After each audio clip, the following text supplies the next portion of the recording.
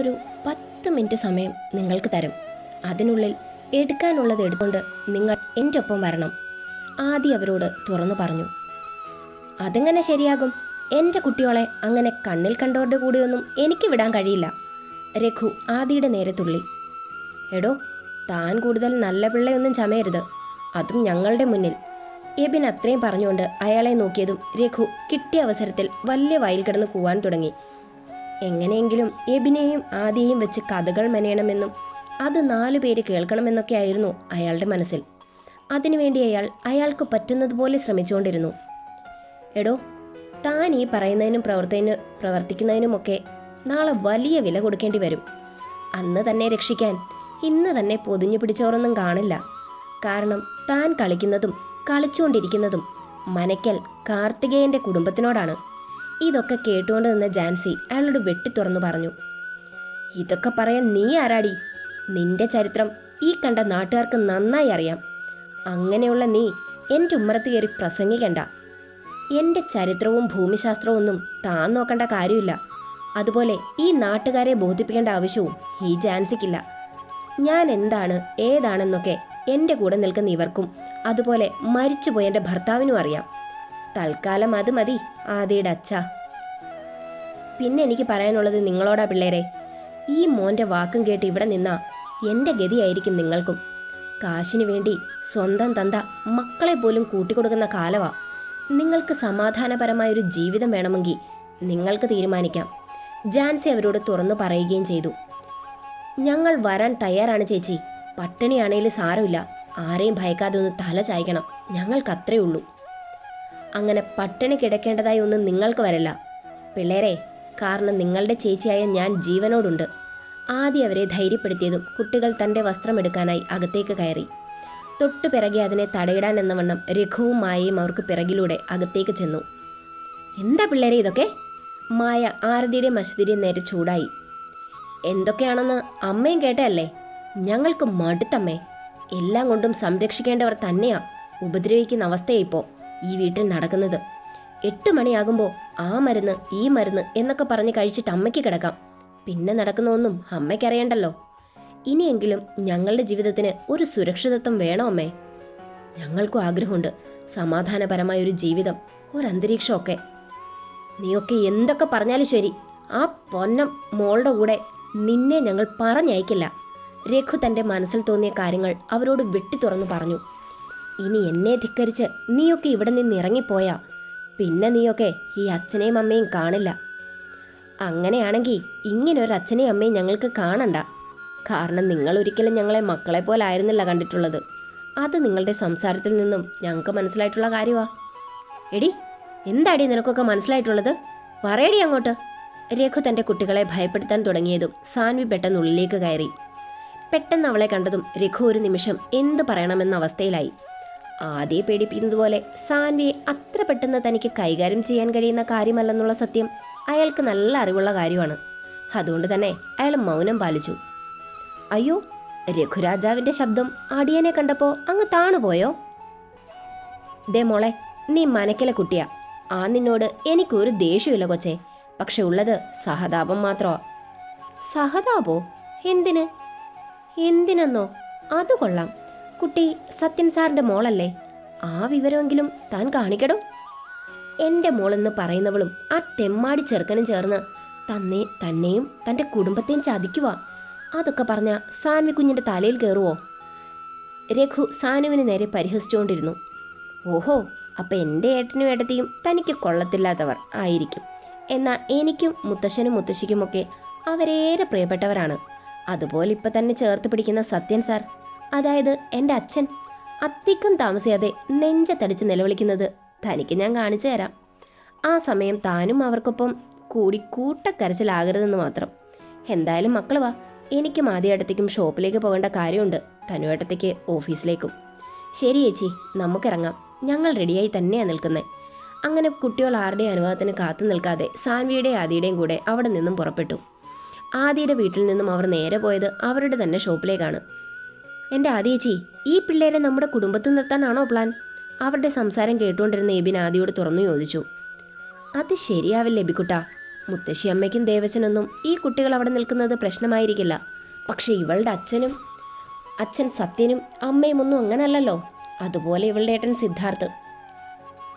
സിദ്ധുവിനേക്കാൾ പേടിക്കേണ്ടത് എൻ്റെ അമ്മായിയപ്പനെയാണ് ആദിമോളെ. മകൻ്റെ ഭാര്യയായ എന്നോട് പോലും അയാൾ കാണിക്കുന്നത് ചെറ്റത്തരവാ. ഇതൊക്കെ മോൻ കാണുന്നുണ്ടെങ്കിലും അവൻ അതിലൊന്നും ഒരു കൂസലും ഇല്ലാത്ത പോലെ പെരുമാറ്റം. അതെ ആദിമോളെ, താന് പറഞ്ഞതിലും കാര്യമുണ്ട്. ഈ കുഞ്ഞുങ്ങളെ അവിടെ കൊണ്ട് നിർത്തുന്നത് സുരക്ഷിതമല്ല. അത് മാത്രമല്ല, നമ്മൾ ഏത് സമയവും തറവാട്ടിലില്ലല്ലോ. ജാൻസി തനിക്ക് തോന്നിയ കാര്യങ്ങളും അവരോട് തുറന്നു പറഞ്ഞു. ഞാനും അത് ആലോചിച്ചു ജാൻസിച്ചി. സത്യനും അയാളുടെ മോനുമുള്ളിടത്ത് ഈ കുട്ടികൾ ഒരിക്കലും സുരക്ഷിതരായിരിക്കില്ല. അതുകൊണ്ട് തന്നെ തൽക്കാലം ഇവർ ഏട്ടൻ വരുന്നതുവരെ ഇവിടെ അടുത്തുള്ള ലേഡീസ് ഹോസ്റ്റലിൽ നിൽക്കട്ടെ. എന്താ നിങ്ങളുടെ അഭിപ്രായം? ആദ്യം അവരോട് ചോദിച്ചു. വേണ്ട മോളെ, ഇവിടെ എൻ്റെ വീടുണ്ടല്ലോ. അവിടാണെങ്കിൽ ഇവർക്ക് കൂടെ കഴിയാനുള്ള സ്ഥലവും ഉണ്ട്. നിങ്ങൾക്ക് താല്പര്യമാണെങ്കിൽ നമുക്കങ്ങനെ നോക്കാം. അതെന്താ ചേച്ചി പെണ്ണെ, താല്പര്യമുണ്ടോ എന്നൊരു ചോദ്യം? ഞങ്ങൾക്കത് സന്തോഷമുള്ള കാര്യമല്ലേ? ആദ്യ ജാൻസിയോടായി ചോദിച്ചു. മോളെ, നീ ചിന്തിക്കുന്നത് പോലെ ഈ പിള്ളേർ ചിന്തിക്കണമെന്നില്ല. അതുപോലല്ലേ ഓരോരുത്തർ എന്നെക്കുറിച്ച് പറഞ്ഞു നടക്കുന്നത്. അങ്ങനെയുള്ള സ്ഥലത്ത് ഇവർക്ക് വരാൻ എന്തെങ്കിലും...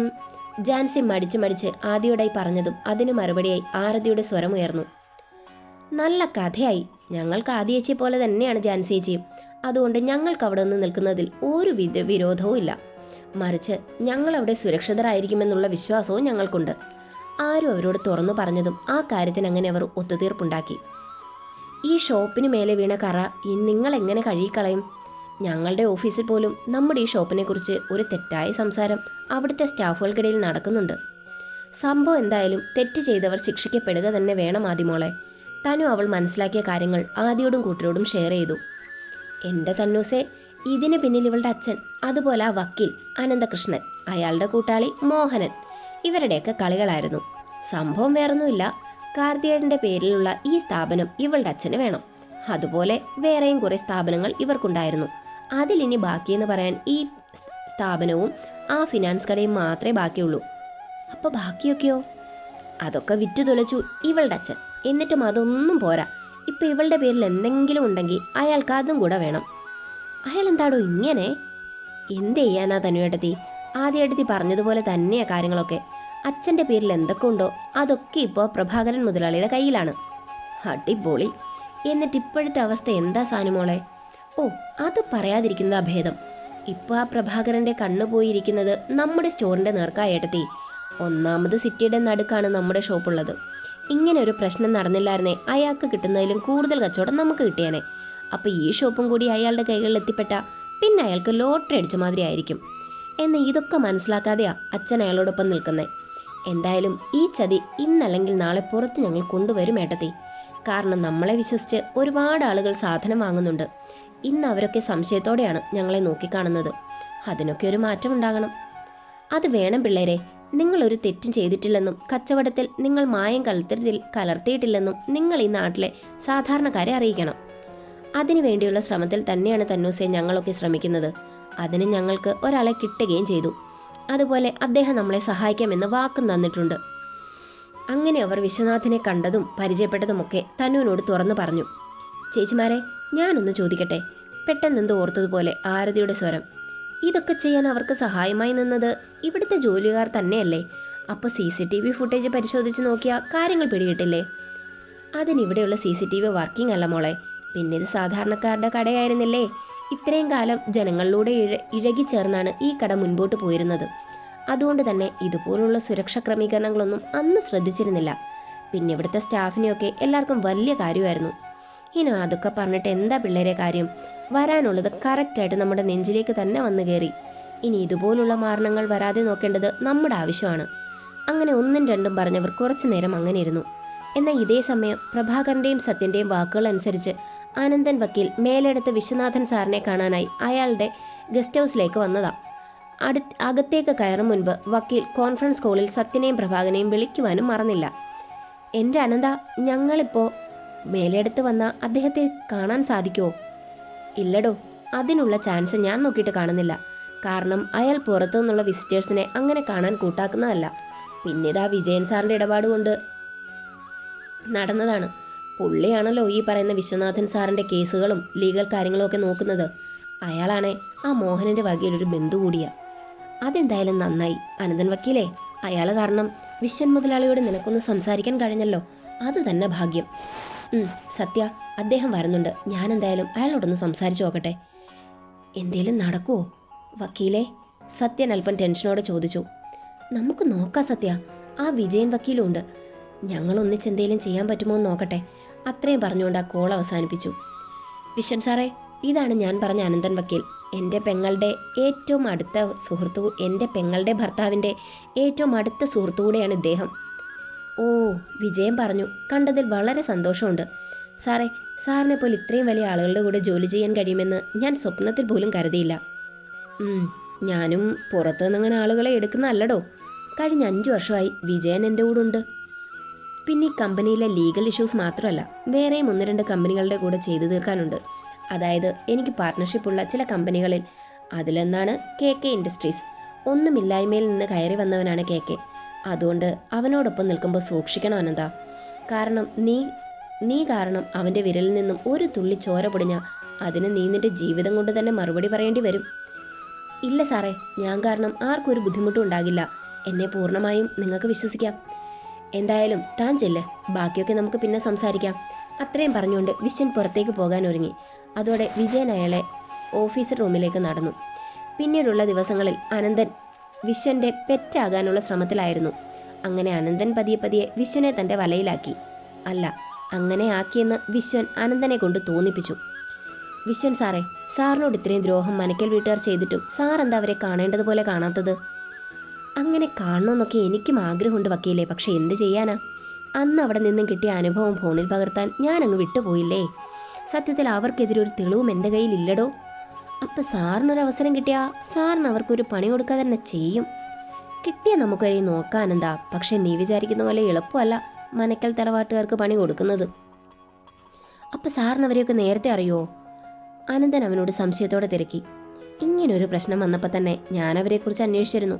പിന്നെ ഇവരുടെ വീട്ടിൽ പോയി ഞാൻ പ്രശ്നം ഉണ്ടാക്കിയിട്ടുണ്ട്.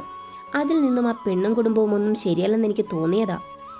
അത് ശരിയാ സാറേ, ആ പെണ്ണും കുടുംബവും ഒന്നും ശരിയല്ല. അവളുടെ ഭർത്താവ് ഒരു തല്ലിപ്പൊളിയാ. ആണോ? അതെ സാറേ, എനിക്ക് പരിചയത്തിൽ ഒരാളുണ്ടായിരുന്നു, ഒരു മോഹൻ. അദ്ദേഹത്തിന് സാറിന് പറ്റിയുള്ളൊരു പറ്റുപറ്റി. അന്ന് മോഹനോടൊപ്പം നിന്ന് ഞാൻ അയാൾക്ക് നീതി വാങ്ങി കൊടുത്തിരുന്നു. ഇപ്പം ആ സ്ഥാനത്ത് സാറാണ് നിൽക്കുന്നത്. എന്തായാലും സാറിനെ കാണാതിരിക്കാൻ എനിക്ക് കഴിയില്ല. അതുകൊണ്ട് ഞാൻ സാറിനെ എന്ത് കാണിച്ചിട്ടാണേലും നീതി വാങ്ങിച്ചു തന്നിരിക്കും. അത് വേണം അനന്തം വക്കീലേ. എൻ്റെ ലൈഫിൽ ഒരാളോട് തോന്നുന്നത് ആദ്യമായിട്ടാണ്. എൻ്റെ ലൈഫിൽ ഞാൻ ഒരാളോട് തോൽക്കുന്നത് ആദ്യമായിട്ടാണ്. അതും ഒരു തെമ്മാടിയുടെ ഭാര്യയോട്. എൻ്റെ കരിയറിൽ എനിക്കുണ്ടായൊരു ബാഡ് മാർക്കാണത്. എനിക്ക് മനസ്സിലായി സാറേ. ഇപ്പോഴാ സാർ ഞങ്ങളുടെ വൈബിലുള്ള ഒരാളായി മാറിയത്. അങ്ങനെയുള്ള ഒരാളെയാണ് ഞങ്ങൾ ഇതുവരെ കാത്തിരുന്നത്. ആനന്ദൻ വിശ്വൻ തൻ്റെ വലയിൽ വീണെന്നുള്ള സന്തോഷത്തിൽ എന്തൊക്കെയോ വിളിച്ചു പറഞ്ഞുകൊണ്ടിരുന്നു. അതിനെ പൊലിപ്പിച്ചുകൊണ്ട് വിശ്വനും അയാളുടെ മകൾ ത്രിവേണിയും കൂടിയായപ്പോൾ അയാൾക്ക് ലോട്ടറി അടിച്ച മട്ടായിരുന്നു. അങ്കിൾ, എൻ്റെ ഡാഡ് ആരുടെയും മുൻപിൽ തോൽക്കുന്നത് ഈ ത്രിവേണിക്ക് ഇഷ്ടമുള്ള കാര്യമല്ല. അങ്ങനെയുള്ളപ്പോഴാണ് ഇങ്ങനെയൊരു ഇൻസിഡൻറ്റ്. അതും ഞങ്ങൾ മനഃപൂർവ്വം അവരുടെ സ്റ്റാറ്റസ് ഇല്ലാതെ എന്നൊക്കെ രീതിയിൽ ആയിരുന്നു അവരുടെ സംസാരം. ഇനി അവരുടെ നാവ് പൊങ്ങരുത് വക്കീലേ. ഇല്ല മോളെ, മോഹനൻ്റെ ഇഷ്യൂ വന്നപ്പോഴും സംഭവം ഇങ്ങനെയൊക്കെ ആയിരുന്നു. അയാളുടെ കുഞ്ഞിന് എന്തെങ്കിലും സംഭവിച്ചിരുന്നെങ്കിൽ ആര് സമാധാനം പറയുമായിരുന്നു? അപ്പോൾ അവർ സാധനങ്ങളുടെ ഡേറ്റ് നോക്കാതായിരുന്നു എടുത്തിരുന്നത്. ത്രിവേണി അനന്തൻ്റെ വായിൽ നിന്ന് ഓരോന്ന് കേൾക്കാനായി വെറുതെ ചോദ്യങ്ങൾ ചോദിക്കാൻ തുടങ്ങി. അത് പിന്നെ മോളെ, മോഹൻ അവരുടെ കയ്യിൽ നിന്നും സാധനം വാങ്ങിയെന്നുള്ളത് നേരാ. അതുപോലെ ഡേറ്റ് നോക്കിയപ്പോൾ അതിൻ്റെ ലാസ്റ്റ് ഡേറ്റ് വരുന്നത് ഏതാണ്ട് 1 വീക്ക് കഴിഞ്ഞിട്ടാണ്. അതായത് ഇന്ന് ഡേറ്റ് 12 ആണെങ്കിൽ ലാസ്റ്റ് ഡേറ്റ് വരുന്നത് 16 ഓ, അത് തെറ്റാണല്ലോ. കൊച്ചു കുട്ടികൾക്ക് കൊടുക്കുന്ന സാധനങ്ങൾക്ക് നല്ല ശ്രദ്ധ വേണ്ടേ? ആ സാധനം ആ പർട്ടിക്കുലർ തീയതിയിൽ തീർക്കാൻ പറ്റിയില്ലെങ്കിൽ?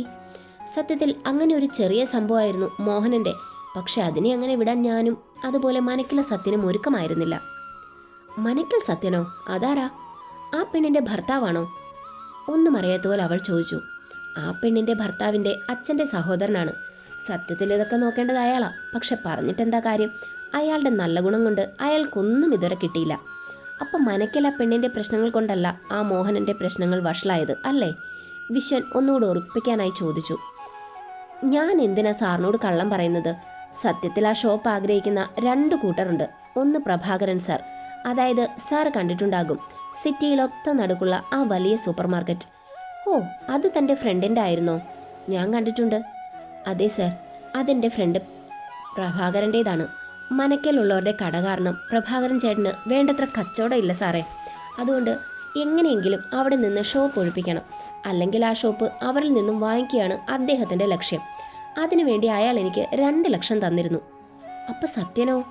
അയാളും തൻ്റെ ചങ്ങായിയാണെന്ന് താൻ കുറച്ചു മുൻപല്ലേ എന്നോട് പറഞ്ഞത്? ചങ്ങായിയൊക്കെ ആണ് സാറേ, പക്ഷേ പണം അതാണ് നമുക്ക് വേണ്ടത്. പിന്നെ സത്യന് 500ൻ്റെ ഒരു കെട്ട് കണ്ടാൽ പിന്നെ കടയും വേണ്ട കളരിയും വേണ്ട എന്നൊരവസ്ഥയാണ് സാറേ. അതുകൊണ്ട് അയാൾക്കും ആ കട വേണം എന്നൊന്നുമില്ല. പ്രഭാകരൻ്റെ കയ്യിൽ ആ കട ചെന്ന് പെട്ടാലും സത്യൻ അവനുള്ളത് അയാളുടെ കയ്യിൽ നിന്ന് വാങ്ങിച്ചെടുക്കും. ഓ, അപ്പം അങ്ങനെയൊക്കെയാണ് കാര്യങ്ങളുടെ കിടപ്പുവശം അല്ലേ? അപ്പം ഈ മോഹനൻ്റെ കാര്യം ഇത്രയും വഷളാകാൻ കാരണം നിങ്ങളൊക്കെയാ അല്ലേ ചേട്ടാ? അതേ മോളെ, അവൻ്റെ അഹങ്കാരം ഒന്ന് കുറയ്ക്കണമെന്ന് ഞങ്ങൾക്ക് തോന്നി. ഇതുവരെ അത് തെറ്റാണെന്ന് എനിക്ക് തോന്നിയിട്ടില്ല. സത്യത്തിൽ മോഹനൻ്റെ കുഞ്ഞിന് സംഭവിക്കുന്നതിന് മുൻപ് തന്നെ അവിടെ ഇങ്ങനെയുള്ള ഇടപാടുകൾ നടക്കുന്നുണ്ടെന്ന് അവിടുത്തെ തന്നെ ജോലി ചെയ്യുന്ന 1-2 പേര് പറഞ്ഞ് ഞാൻ അറിഞ്ഞിരുന്നു. അതാരാ വക്കീലേ? അത് അവിടെ ഉള്ളൊരു സ്ത്രീയാ, പേര് സരോജെന്ന. മോൾ കാളെ അറിയാൻ ഒരു വഴിയില്ല. ഓ, അപ്പം അവരാണ് അവിടെയുള്ള ഇങ്ങനെയുള്ള കള്ളത്തരങ്ങൾ നടക്കുന്നുണ്ടെന്ന് നിങ്ങളെ അറിയിച്ചതല്ലേ? അതേ മോളെ, ഇവർ ആ പ്രഭാകരൻ സ്റ്റോഴ്സിലെ പ്രഭാകരൻ്റെ കൈയാളായിരുന്നു. അയാൾക്കാണെ മനക്കൽ സ്റ്റോഴ്സ് അയാളുടെ കൈക്കുമ്പിളിൽ എത്തിക്കണമെന്നുള്ള അടങ്ങാത്ത ആഗ്രഹവും. ഓക്കെ, അപ്പം അങ്ങനെയൊക്കെയാണ് കാര്യങ്ങൾ. എൻ്റെ സാറേ, മനക്കൽ ആ ചെറുക്കൻ്റെ കയ്യിൽ ആ സ്ഥാപനം വരുന്നിട്ട് ആർക്കും ഒരു പ്രയോജനമില്ല. അവനാണെ കള്ളും കഞ്ചാവും പെണ്ണും ഒക്കെ നടക്കുക. അങ്ങനെ നോക്കുമ്പോൾ ആ സ്ഥാപനം കിട്ടേണ്ടത് നമ്മുടെ സത്യനാ. പക്ഷെ ആരും അവന് കൊടുക്കില്ല. എന്തിന്? അവിടുത്തെ കാരണവർ പോലും അവർക്കൊക്കെ ആ പോക്കിരി ചെറുക്കനെ മതി സാറേ. അത്രയ്ക്കും കുഴപ്പക്കാരനാണോ അയാൾ? ആണോന്നോ? അയാളെ പോലെ ഒരു ഗജ പോക്കിരി ലോകത്തിൽ വേറെ ഇല്ല സാറേ. പണത്തിന് വേണ്ടി എന്തും ചെയ്യും. അത്രയ്ക്ക് വൃത്തികെട്ടവനാണ് സാറേ. അതുപോലെ പണത്തിന് വേണ്ടി ഏതവൻ്റെ ഭാര്യയും കയറി പിടിക്കും. പിന്നെ ചില ഡാഷ് പെണ്ണുകൾ കൂടിയാ അവൻ്റെ ആവശ്യം സാധിക്കാൻ ഈ തെമ്മാടിക്ക് കാശ് കൊടുക്കും എന്നൊക്കെയാണ് കേട്ടത്. അല്ലാതെ ഇവനൊക്കെ എങ്ങനെ പണം ഉണ്ടാക്കാനാ സാറേ? അപ്പം ഈ ഷോപ്പൊക്കെ എങ്ങനെ? ഓ, അതൊക്കെ അവൻ്റെ മുത്തശ്ശൻ്റെ അനിയൻ്റെ സമ്പാദ്യമായിരുന്നു. അയാൾക്കുള്ളതൊരു പെണ്ണാണ്. വക്കീൽ ആ പെണ്ണായിരുന്നു. ആ പെണ്ണ് ഏതോ ഒരുത്തൻ്റെ കൂടെ ഒളിച്ചോടി. ഇപ്പം എല്ലാം മറന്ന് വീണ്ടും ഒന്നായി. അതുകൊണ്ടിനി ആ തെമ്മാടിയുടെ കാര്യം ഗോവിന്ദയാണ് സാറേ. ഓ, അങ്ങനെ. അല്ല, അപ്പം നിങ്ങളുടെ പ്ലാൻ എന്താ? ഇവൻ്റെ കാര്യത്തിൽ ഇങ്ങനെ അങ്ങ് വിടാനാണോ? ആ സ്ഥാപനം അത് പ്രഭാകരനേട്ടന് ഒരു കണ്ണുണ്ട് സാറേ. അല്ലെങ്കിൽ തന്നെ മനക്കൽ കാർത്തികേയന് ഇതൊക്കെ നോക്കി നടത്താനുള്ള ഒരു യോഗ്യതയില്ല. അതുപോലെ വന്നു കയറിയ ആ പെണ്ണിനും. അതുകൊണ്ട് എങ്ങനെയെങ്കിലും ആ പെണ്ണിനെയും അവനെയും ഒതുക്കണം. അതിന് സാറിൻ്റെ സഹായം ഞങ്ങൾക്ക് ആവശ്യമാണ്. അതിനെന്താ, എനിക്ക് പൂർണ്ണ സമ്മതം. അല്ലെങ്കിലും ഞാൻ പേടിച്ച് മിണ്ടാതിരുന്നതല്ല അനന്ത. ഞാൻ ഈ നാട്ടിൽ പുതിയതാണ്. എനിക്കാരെയും പരിചയമൊന്നുമില്ല. കാർത്തികേയനെ കുറിച്ച് കേട്ടത് മുതൽ എനിക്ക് അവനോട് വെറുപ്പാണ്. അവൻ്റെ ക്യാരക്ടർ എനിക്കിഷ്ടമല്ല അനന്ത. അതുപോലെ അവൻ്റെ ഷോപ്പിൽ നിന്ന് അങ്ങനെ ഒരു സംഭവം ഉണ്ടായിട്ടും ഒരു കൂസലും ഇല്ലാതെയാ അവൻ നിൽക്കുന്നത്. അതെ സാറേ, സാർ ഇതിൽ കാര്യമായി തന്നെ ഇടപെടണം. അതുപോലെ തന്നെ നല്ല രീതിയിൽ പ്രശ്നങ്ങൾ ഉണ്ടാക്കണം. എന്തിനും ഞാൻ കൂടെയുണ്ട്. അനന്തൻ വക്കീൽ അയാൾക്ക് വാക്ക് നൽകി. പിന്നീടുള്ള ദിവസങ്ങളിൽ വക്കീൽ ഇത് തന്നെ ആവർത്തിച്ചു പോന്നു. ഈ സമയം കൊണ്ട് വിശ്വൻ അവർക്കെതിരെയുള്ള തെളിവുകൾ അവരിൽ നിന്ന് തന്നെ ശേഖരിച്ചിരുന്നു. ഇനി കാർത്തിക്ക് ഇവർ കാരണം ഒരു പ്രശ്നവും ഉണ്ടാകരുതെന്ന് വിശ്വനാഥനും ഭാര്യയ്ക്കും നിർബന്ധമുണ്ടായിരുന്നു. അതുകൊണ്ട് തന്നെ വേണ്ടതുപോലെയൊക്കെ കാര്യങ്ങൾ ചോദിച്ചു മനസ്സിലാക്കാൻ വിശ്വനും അവൻ്റെ ഭാര്യയും ഒന്നും മറന്നിരുന്നില്ല. അങ്ങനെ പതിവ് പോലെ അനന്തൻ കാർത്തിയുടെ കുറ്റങ്ങൾ വിശ്വനോട് തുറന്നു സംസാരിക്കുകയാണ്. എൻ്റെ അനന്ത, നിനക്ക് സമ്മതമാണെങ്കിൽ ആ സത്യൻ്റെ ഒക്കെ സൂപ്പർ മാർക്കറ്റ് എൻ്റെ വളർത്തുമകൻ വാങ്ങിക്കോളും. അവനീ നാട്ടിൽ വന്ന് സെറ്റിൽഡ് ആകാനാ ഇരിക്കുന്നേ. അപ്പം സ്വന്തമായൊരു ബിസിനസ്, അതാണ് അവൻ്റെ പ്ലാൻ.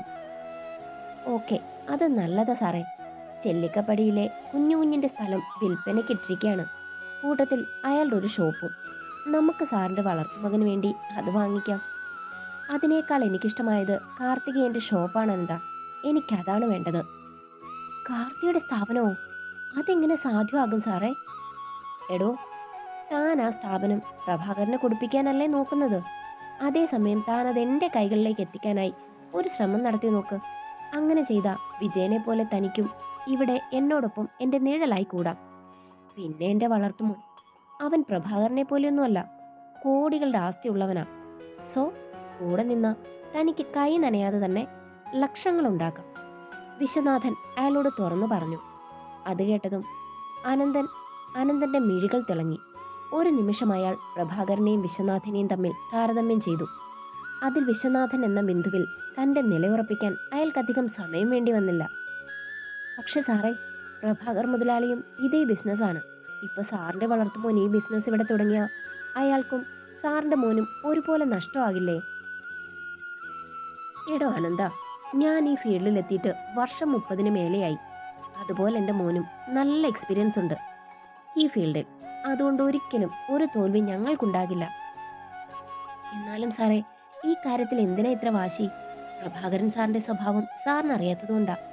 ഇപ്പൊ സാറ് മേടിച്ചാലും അയാൾ വെറുതെ ഇരിക്കില്ല. സത്യം പറഞ്ഞ അയാൾ കൊടിയ വിഷമാണ്. ആനന്ദൻ അയാളോട് തുറന്നു പറഞ്ഞു. എടോ, അയാളിലും വലിയ വിഷമാണ്ടോ ഞാൻ. ഈ ലോകത്ത് എനിക്കിഷ്ടപ്പെട്ടത് എൻ്റെ കൈകളിലെത്താൻ ഞാൻ ഏത് നെറികെട്ട വഴിയും സ്വീകരിക്കും. അത് കാർത്തികേയനെ തകർക്കാനാണെങ്കിൽ അങ്ങനെ. വിശ്വൻ സാറേ, അത് ഞങ്ങളും അങ്ങനെ തന്നെയാ. ഇത്രയും സാർ തുറന്നു പറഞ്ഞ സ്ഥിതിക്ക് എനിക്കും സാറിനോട് കുറച്ച് സംസാരിക്കാനുണ്ട്. അത് കേട്ടതും വിശ്വൻ തൊട്ടടുത്തിരിക്കുന്ന തന്റെ വിശ്വസ്തനെ ഒന്ന് നോക്കി. അതിന്റെ അർത്ഥം മനസ്സിലാക്കിയതുപോലെ അയാൾ ഒന്ന് ചിരിച്ചു. നീ എന്തൊക്കെയാണെന്തേ പറയുന്നേ? വിജയൻ അയാളോട് സംസാരിച്ചു തുടങ്ങി. സത്യമാ സാറേ, ആ മനക്കല്ല ചെറുക്കനും പെണ്ണും വളരെ കാര്യമായിട്ട് തന്നെയാ ആ സ്റ്റോർ കൊണ്ടുപോയിക്കൊണ്ടിരുന്നത്. അങ്ങനെ അവരുടെ കച്ചവടം വർദ്ധിച്ചപ്പോ പ്രഭാകരന് കണ്ണുകടി. അതുപോലെ അയാളുടെ കൂട്ടുകാരനായ സത്യനും. അങ്ങനെയാണ് ഓരോ പ്രശ്നങ്ങൾ ഉണ്ടാക്കി പ്രഭാകരനും സത്യനും അവരെ ഈ വഴി എത്തിച്ചത്. ആണോ? അപ്പൊ കാർത്തികേയന്റെ ഷോപ്പിൽ തിരിമറിയൊന്നും ഉണ്ടായിരുന്നില്ലേ? ഇല്ല സാറേ, അവർ ജെനുവിനായി കച്ചവടം നടത്തുന്ന ആളുകൾ തന്നെയാ. ഒരു തിരിമറിക്കും അവര് കൂട്ടേൽക്കില്ല. അത് മാത്രമല്ല, ഈ നാട്ടിലെ ഏറ്റവും വിശ്വാസയോഗ്യമായ കടയും അവരുടേത് തന്നെയാ. പിന്നെ എങ്ങനെയാ അനന്ത ഞങ്ങൾക്ക് അവരുടെ കടയിൽ നിന്നും അങ്ങനെ ഒരു അടി കിട്ടിയത്? അത് ഞാൻ പറഞ്ഞില്ലേ സാറേ, അവരെ വീഴ്ത്താൻ ഞങ്ങളൊരു പ്ലാൻ നടപ്പിലാക്കി വെച്ചിരുന്നു. അതിനുവേണ്ടി ഞങ്ങൾ അവിടെ തന്നെ ജോലി ചെയ്തിരുന്ന 1-2 പേരെ തിരഞ്ഞെടുക്കുകയും ചെയ്തു. എന്ത് പ്ലാനാ നിങ്ങൾ നടപ്പിലാക്കിയത്? ആദ്യം മോഹനെ വെച്ചിട്ടായിരുന്നു ആദ്യത്തെ പരിപാടി. CCTV വർക്കിംഗ് അല്ലാത്തതുകൊണ്ട് തന്നെ ഞങ്ങൾക്കത് ഈസിയായി നടപ്പിലാക്കാൻ കഴിഞ്ഞു. അതിനുവേണ്ടി അവിടെ തന്നെ വർക്ക് ചെയ്യുന്ന സന്ധ്യയും മറ്റും ഞങ്ങൾ ഇതിനുവേണ്ടി നിയോഗിച്ചു. അവരും അത് ഭംഗിയായി തന്നെ ചെയ്തു. എന്ത് കാര്യമാ അവർ നിങ്ങൾക്ക് വേണ്ടി ചെയ്തു തന്നത്? അത് പ്രഭാകരൻ സാറിന്റെ പീടികയിൽ നിന്നും പഴകിയ പാൽപ്പൊടിയും മറ്റു സാധനങ്ങളും ഞങ്ങൾ ഇവിടെ കാർത്തിയുടെ കടയിൽ കൊണ്ട് കൊടുത്തു. അത് തന്നെ മോഹനെ കൊണ്ട് വാങ്ങിപ്പിക്കുകയും ചെയ്തു. അത് വലിയ പ്രശ്നത്തിലെത്തിക്കുകയും ചെയ്തു. ഇത് തന്നെയാ സാറിന്റെ കാര്യത്തിലും സംഭവിച്ചത്. അപ്പൊ നിങ്ങൾ മനഃപൂർവ്വം ചെയ്തു തന്നെ ആയിരുന്നു അല്ലേ? പിന്നല്ലേ, തരികിട കാണിച്ചാൽ മാത്രമേ നമ്മൾ ഉദ്ദേശിക്കുന്ന കാര്യം നടക്കൂ. അതും കാർത്തികേയന്റെ കാര്യമാകുമ്പോൾ നന്നായി ശ്രദ്ധിക്കണം. പിന്നെ ഇങ്ങനെ ഒരു പ്രശ്നമുണ്ടായ സത്യനും കുടുംബത്തിലൊരു വിലയുണ്ടാകുമെന്ന് അയാളും കരുതി. കാരണം ഇപ്പോ കാർത്തികേയനാ കുടുംബം ഭരിക്കുന്നത്. അതുകൊണ്ട് തന്നെ സാർ ആ സ്ഥാപനം മേടിക്കാമെന്ന് കരുതിയാലും ആ പ്രഭാകരൻ അതിന് സമ്മതിക്കില്ല. സാർ അതിനു വേണ്ടി എത്ര ശ്രമിച്ചാലും അത് നടക്കാൻ പോകുന്നില്ല. ഈ കാര്യത്തിൽ സത്യനും പ്രഭാകരന്റെ കൂടെയാ. അങ്ങനെ അയാൾ പ്രഭാകരന്റെ കൂടെ നിൽക്കുന്നത് അയാൾ നൽകുന്ന പണത്തിന് വേണ്ടിയിട്ടല്ലേ അനന്ത? അത് നമുക്ക് കൊടുക്കാം. അതുപോലെ സ്ഥാപനം എൻ്റെ മോന്റെ പേരിലാക്കിയ നിനക്കും ഞാൻ നല്ലൊരു തുക തരാം. അയാൾ അവന് വാക്ക് നൽകി. അത് കേട്ടതും അനന്തന്റെ മുഖം ഒന്നും കൂടെ തിളങ്ങി. ഒപ്പം കുറെ ചിന്തകളും അവന്റെ മനസ്സിലേക്ക് കടന്നു വന്നു. അത് മനസ്സിലാക്കിക്കൊണ്ട് വിശ്വൻ തുടർന്നു. തനിക്ക് എത്ര തുകയാ പ്രഭാകരൻ ഇതിന് പ്രതിഫലമായി തരാമെന്ന് പറഞ്ഞൊന്നും എനിക്കറിയില്ല. എന്നാൽ താൻ ഞങ്ങളുടെ കൂടെ നിന്ന തനിക്ക് വെച്ചടി കയറ്റമായിരിക്കും. കൂടാതെ 5 ലക്ഷം രൂപയും. പക്ഷെ ഇതൊക്കെ ഞാൻ തനിക്ക് ചെയ്തു തരണമെങ്കിൽ സത്യനെ താൻ തന്റെ വലയിലാക്കണം. ആ സ്ഥാപനം അയാൾ എന്റെ പേരിലാക്കിയ അയാൾക്കും നല്ലൊരു തുക ഇതിലൂടെ ലഭിക്കും. പിന്നെ പ്രഭാകരൻ, തനിക്ക് അയാളാണോ ഞാനാണോ വേണ്ടതെന്ന് സ്വയം ചിന്തിക്ക്. എനിക്ക് സാറ് തന്നെ മതി. എന്ത് ചെയ്തിട്ടാണേലും ഞാനത് സാറിന്റെ പേരിൽ വാങ്ങി തന്നിരിക്കും. ഇപ്പൊ തന്നെ അവരൊക്കെ എന്നെ പ്രതീക്ഷിച്ചിരിക്കുക സാറേ. എന്തിന്? അത് പിന്നെ സാറേ, സാറിനെയും കൊണ്ട് എങ്ങനെയെങ്കിലും കാർത്തികേയനെയും ആ പെണ്ണിനെയും നേരെ തിരിപ്പിക്കണമെന്നൊക്കെയാ അവർ പറയുന്നത്. അതിനുവേണ്ടിയാ സത്യത്തിൽ ഞാൻ വിജയന്റെ കൂടെ കൂടിയ തന്നെ. ഓ, അപ്പൊ അങ്ങനെയും ചില കാര്യങ്ങളൊക്കെ ഉണ്ടല്ലേ? എന്തായാലും എനിക്ക് അവരോടൊന്ന് സംസാരിക്കണം. അങ്ങനെയാണെങ്കിൽ ഞാൻ അവരോട് ഇങ്ങോട്ട് വരാൻ പറയാം സാറേ, ആനന്ദൻ അയാളോട് പറഞ്ഞു. എടോ, തനിക്ക് ഈ ബിസിനസ് ട്രിക്ക് ഒന്നും അറിയില്ലല്ലേ? എന്താ സാറേ നിങ്ങൾ അങ്ങനെ പറഞ്ഞേ? അല്ലെങ്കിൽ ഇതുപോലെ മണ്ടത്തരമായ ഒരു ചോദ്യം താൻ എന്നോട് ചോദിക്കില്ലല്ലോ. മണ്ടത്തരമായ ചോദ്യമോ? സാർ എന്താ പറഞ്ഞു വരുന്നേ? എടോ, എനിക്ക് വേണ്ടത് വിശ്വന്റെ കയ്യിലിരിക്കുന്ന പ്രോപ്പർട്ടിയാ. എനിക്ക് വേണ്ടത് സത്യന്റെ കയ്യിലിരിക്കുന്ന പ്രോപ്പർട്ടിയാ. അതെന്തായാലും പ്രഭാകരന്റെ മുൻപിൽ എനിക്ക് സംസാരിക്കാൻ കഴിയില്ലല്ലോ. അതുപോലെ ഈ സ്ഥാപനം വാങ്ങുന്ന കാര്യവും ഡയറക്ടേഴ്സ് അറിഞ്ഞ പ്രഭാകരന് നമ്മുടെ കൂടെ നിൽക്കില്ല. അതുകൊണ്ട് ഈ കാര്യം 2 പേരുടെ ചെവിയിലും രണ്ടായിട്ട് വേണം അറിയാൻ. അല്ലെങ്കിൽ നമ്മുടെ പ്ലാൻ ഒന്നും നടക്കില്ല. അങ്ങനെയാണെങ്കിൽ രണ്ട് കൂട്ടരോടും ഞാൻ സംസാരിക്കാൻ സാറേ. എന്നിട്ട് സാറിന് അനുകൂലമായ മറുപടി ഞാൻ അവരിൽ നിന്നും വാങ്ങി വരാം. അതൊന്നും വേണ്ട, അതൊക്കെ ഞാൻ നോക്കിക്കോളാം. പക്ഷെ അതിനുവേണ്ടി ഞാൻ കുറച്ച് കള്ളങ്ങളൊക്കെ പറയും. ഇയാൾ അതൊക്കെ മനസ്സിലാക്കി എൻ്റെ കൂടെ ഒന്ന് നിന്ന് തന്നാ മതി. പിന്നെ എൻ്റെ മോനൊരു വലിയ സൂപ്പർ മാർക്കറ്റ് തുടങ്ങണമെന്നാ അവൻ്റെ ആഗ്രഹം. ഞാൻ അതിനു പകരം വേറെ എന്തേലും ഹോട്ടലോ മറ്റോ പറഞ്ഞാലും അവനത് സമ്മതിക്കും. പിന്നെ ആ സ്ഥലം നമുക്ക് കിട്ടിയാ നമ്മുടെ ഇഷ്ടത്തിന് എന്തും തുടങ്ങാലോ. അത് ശരിയാ. സൂപ്പർ മാർക്കറ്റിന് പകരം വേറെന്തേലും ആണെങ്കിൽ പ്രഭാകരൻ സാറിനൊപ്പം നിൽക്കും. അങ്ങനെ നിന്ന തനിക്ക് ആ വകയിലും കുറച്ച് മുക്കാൻ കഴിയും അല്ലേടോ വക്കീലെ. അത് കേട്ടതും അയാൾ ഒന്ന് ഇളിച്ചുകൊണ്ട് തല ചൊറിഞ്ഞു. മതി മതി. എന്തായാലും തനിക്ക് കാര്യങ്ങൾ മനസ്സിലായ സ്ഥിതിക്ക് ഇനി അവരെ വിളിച്ചോളൂ. ബാക്കിയൊക്കെ അവർ പോയി കഴിഞ്ഞ് നമുക്ക് വിശദമായി സംസാരിക്കാം. ശരി സാറേ. അത്രയും പറഞ്ഞുകൊണ്ട് അയാൾ ഫോണും എടുത്തുകൊണ്ട് പുറത്തേക്ക് ഇറങ്ങി. ഇതേ സമയം വിശ്വനും തന്റെ ഫോണും എടുത്തുകൊണ്ട് റൂമിലേക്ക് നടന്നു. അപ്പോ ഇനിയുള്ള കളികളൊക്കെ അങ്ങ് നാട്ടിൽ അല്ലേ? ഡ്രസ്സുകളൊക്കെ പാക്ക് ചെയ്യുന്ന കാർത്തിയെ കണ്ടതും ക്രിസ്റ്റി അവനോട് ചോദിച്ചു. പിന്നെ അല്ല, ഇങ്ങനെ ഒരു അവസരത്തിന് വേണ്ടി വർഷങ്ങളായിട്ട് കാത്തിരിക്കുന്നത്. ഈ ഒരു ദിവസത്തിന് വേണ്ടിയാ. പക്ഷെ അതിനെനിക്ക് എൻ്റെതായ ഒരുപാട് പ്രശ്നങ്ങളുണ്ടായിരുന്നു. എടാ, അതൊക്കെ കഴിഞ്ഞില്ലേ? ഇനി എന്തിനാ എല്ലാവരുടെയും മുൻപിൽ തെമ്മാടി എന്നുള്ളൊരു വേഷമണിയുന്നേ? ദേവച്ചന്റെ ആഗ്രഹം പോലെ നീ മനക്കൽ തമ്പുരാനായി തിരിച്ചു ചെല്ലണം കാർത്തി. അതേടാ, നിന്റെ ഉയർച്ച ഇഷ്ടപ്പെടാത്ത ആളുകൾ, നിന്നെ താഴ്ത്തി കെട്ടിയവരൊക്കെ നിന്നെ അതിശയത്തോടെ നോക്കും. ഇങ്ങനെ ഒരു പ്രശസ്തി ഞാൻ ആഗ്രഹിച്ചിട്ടില്ല. അങ്ങനെയായിരുന്നെങ്കിൽ എനിക്ക് നേരത്തെ ആകായിരുന്നു. നിനക്കറിയാലോ കാര്യങ്ങൾ. ഇപ്പൊ എനിക്ക് കുറച്ച് വാശിയുണ്ട് ഗൈസ്. അതിനുള്ള കാരണമൊക്കെ നിങ്ങൾക്കറിയാലോ. എൻ്റെ അച്ഛൻ വളരെ കഷ്ടപ്പെട്ടുണ്ടാക്കിയ സ്ഥാപനമാണ് ഇന്ന് ചില മക്കൾ ഇങ്ങനെ ആക്കിയത്. അത് ഞാൻ എങ്ങനെയാണ് പോട്ടേന്ന് വെക്കുന്നത്? അതുപോലെ എൻ്റെ പെണ്ണനുഭവിച്ച പ്രശ്നങ്ങൾ എനിക്കത് കണ്ടില്ലെന്ന് വെക്കാൻ പറ്റുമെന്ന് നിങ്ങൾക്ക് തോന്നുന്നോ? അങ്ങനെ തോന്നിയാ ഞാൻ മനുഷ്യനല്ല ഗൈസ്. ബിക്കോസ് അവൾ ജീവിക്കുന്നത് എനിക്ക് വേണ്ടിയാണ്, എൻ്റെ കുടുംബത്തിന് വേണ്ടി. അങ്ങനെയുള്ള അവൾക്ക് വേണ്ടി ഞാൻ തിരികെ വരിക തന്നെ വേണം. അതിനു പറ്റിയ സമയം ഇതാണ് കാർത്തി. ഇതൊക്കെ കേട്ടുകൊണ്ടിരുന്ന അരവിയുടെ സ്വരമുയർന്നു. ഇത്ര നാളും അനുഭവിച്ചതിനെ തിരിച്ചു കൊടുക്കാനുള്ള സമയം ഇതാണ്.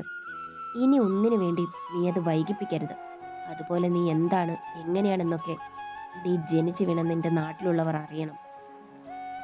മനക്കൽ സേതുവിന്റെ മകൻ അങ്ങനെ നശിക്കുന്ന വിത്തല്ലെന്ന് ആ നാട്ടിലുള്ളവർ തിരിച്ചറിയണം കാർത്തി. അങ്ങനെ അവർ പരസ്പരം ഓരോന്ന് പറഞ്ഞിരിക്കുമ്പോഴാണ് കാർത്തിയെ തേടി വിശ്വന്റെ കോൾ വരുന്നത്. അതോടെ അവരുടെ സംസാരമെല്ലാം നിർത്തി ആ കോൾ എടുത്ത് സംസാരിക്കാൻ തുടങ്ങി. എന്തൊക്കെയാ വിശ്വച്ച ഈ പറയുന്നേ? അയാൾ പറഞ്ഞത് കേട്ടതും അവൻ അതിശയത്തിൽ ചോദിച്ചു.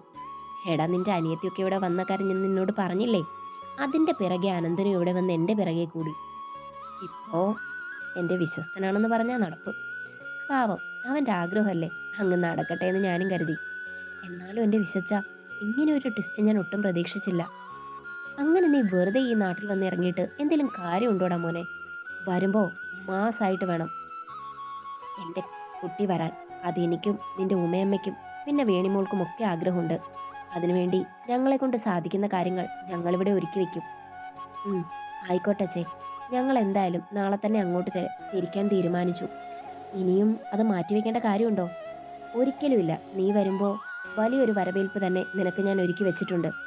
അല്ല, ഇപ്പൊ ആരൊക്കെയാ മോനെ വരുന്നത്? അത് മാത്രമല്ല, ഇപ്പൊ ഓഫീസിലൊക്കെ നല്ല വർക്കുള്ള സമയമല്ലേ? അതുകൊണ്ട് എല്ലാവർക്കും ഒരുമിച്ച് മാറി നിൽക്കാൻ കഴിയുമോ? അയാൾ അവനോട് ചോദിച്ചു. ഇല്ലച്ചാ, ഇപ്പോഴത്തെ തിരക്കിൽ എൻ്റെ കൂടെ ക്രിസ്റ്റിയും ഇന്ദ്രനും മാത്രമേ വരുന്നുള്ളൂ. ഹരിയും അരവിയും ഓഫീസിലെ കാര്യങ്ങളൊക്കെ നോക്കി ഇവിടെ തന്നെ കൂടാനാ ഭാവം. പിന്നെ ഇവരെ സഹായിക്കാനായി ശിവയും ശബരീഷും ഒക്കെ ഉണ്ട്. അതോടെ അവരുടെ ഭാര്യമാരും. ശിവയും ശബരീഷും ഞാൻ ഇതിനുമ്പ് കേട്ടിട്ടില്ലല്ലോ. ഓ, അവർ രണ്ടും ഞങ്ങളുടെ കോളേജ് മേറ്റ്സ് ആണ് അച്ഛേ. ഇപ്പൊ നമ്മുടെ കാര്യങ്ങളെല്ലാം മനസ്സിലാക്കി കുറച്ചു കാലമായി ഇവരും നമ്മുടെ കൂടെയുണ്ട്. അതെന്തായാലും നന്നായി മോനെ. വിശ്വസ്തരായ ആളുകളുണ്ടെങ്കിൽ തന്നെ നമുക്കൊരാശ്വാസമാണ്. അങ്ങനെ പുറത്തും അകത്തുമുള്ള നിരവധി കാര്യങ്ങൾ പങ്കുവച്ചതിന് ശേഷമാണ് അവരുടെ സംസാരം അവസാനിച്ചത്. കോൾ കട്ടായി എന്ന് കണ്ടതും അരവിയുടെ സ്വരം അവന് നേരെ ഉയർന്നു. എടാ, ഞാൻ പറഞ്ഞ കാര്യങ്ങൾ നീ നാട്ടിൽ ചെന്നിട്ട് മറക്കരുത്. എനിക്ക് അത്രയ്ക്കിഷ്ടമാണ്ടാ ജാൻസിയെ, അതുപോലെ മിക്കുവിനെയും. എൻ്റെ ജീവിതത്തിൽ ഒരു കൂട്ടുണ്ടെങ്കിൽ അത് അവരോടൊപ്പം ആകും അരവി. അവരോട് തീർത്തു പറഞ്ഞു. എൻ്റെ അരവി, നീ ഇങ്ങനെ ടെൻഷനാകാൻ വേണ്ടി ഒന്നുമില്ല. ഞങ്ങൾ എന്തായാലും നാട്ടിലേക്കാണല്ലോ. സോ നിന്റെ പെണ്ണിനെയും ഞങ്ങൾ കാണും. പിന്നെ മിക്കുവിന് ഒരു കുടുംബം ഉണ്ടാകുന്ന ഞങ്ങളെല്ലാവർക്കും ഒരുപോലെ ആഗ്രഹമുള്ള കാര്യമാണ്. ഇന്ദ്രൻ അവന് വാക്ക് നൽകി.